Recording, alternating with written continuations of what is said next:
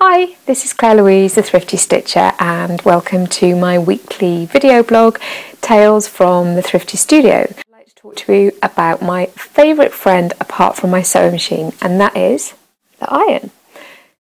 There's a big difference between ironing and pressing. When you're ironing, you're smoothing the fibres of a garment and you're moving the iron quickly across the garment.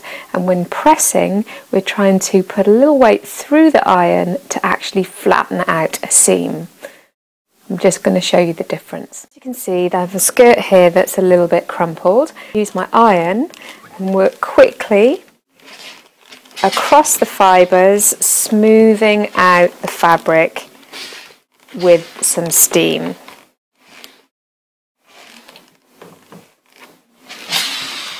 This is a seam that I'd like to press, and I'm going to first start by pressing this seam open using my thumbnails. You can see that I've done an awful lot of the work, and then I take my iron and using the front section of the iron and actually pressing down with my right hand, I put a little bit of weight into there and I work much slower than when I'm ironing. So I'm not smoothing, I'm actually flattening and creating a nice flat seam.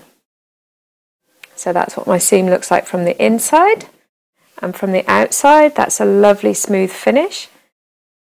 So that's the difference between pressing and ironing.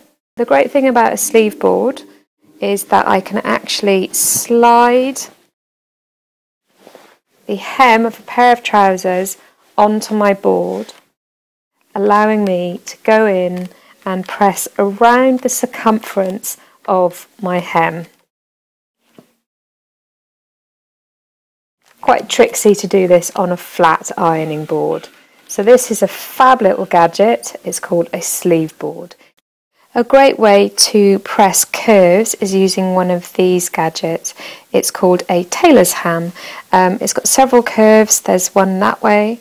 There's a different curve going that way. There's a very sharp curve going that way. So depending on what I need to do, I can use this tailor's ham, which is very solid, to press a curve like a dart. For instance, here I've got a dart which creates some shaping in the bust, and it's a little pointy seam. So I can get my dart right over my tailor's ham and then use my ham to press that dart nice and flat, giving a little bit of curve in my fabric. So that's it from me this week. I hope you've learned a little bit more about ironing, pressing and using different pressing gadgets. Bye for now.